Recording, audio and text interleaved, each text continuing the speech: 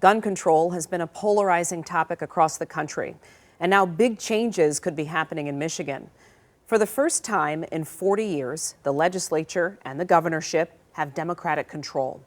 So what does that mean for the future of gun laws? I took a look at the steps already being taken in Lansing and what Democrats still want in the long run.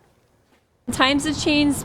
People are different. We're facing different issues. I mean, we just had the young child who brought a gun to school, a 6-year-old. They need to be a little more aggressive in regards to these little straw purchases that's transpiring. The topic is sensitive and personal and very passionate when it comes to conversations about gun control. And let's reduce gun violence, the #1 killer of kids in this country, by pursuing common sense reforms here.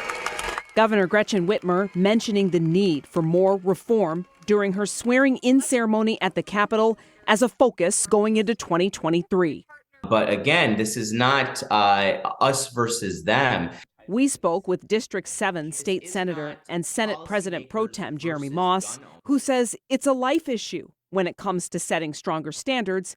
Everyone has a seat at the table. We want to be inclusive of Republicans who want to come to the table. We want to include those responsible gun owners who have been a part of this conversation for a while now. And we want to get something done. I think we all should share the goal of reducing gun tragedies.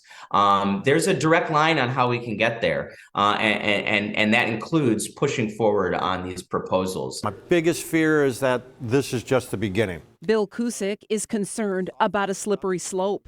The Action Impact owner, retired law enforcement and former attorney, says a sense of safety can sometimes be a privilege.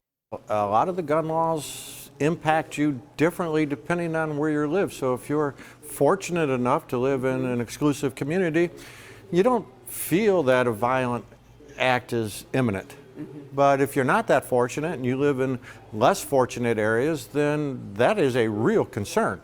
And that's why you see people not securing their firearms, because they're insecure and they want to get their hands on them right away for their own protection. Do you think any of this would move forward? I hope so, and certainly with Democrats in control of the legislature, I think it makes it higher on the priority list. But I don't want to negate the fact that Republicans have been in this conversation as well.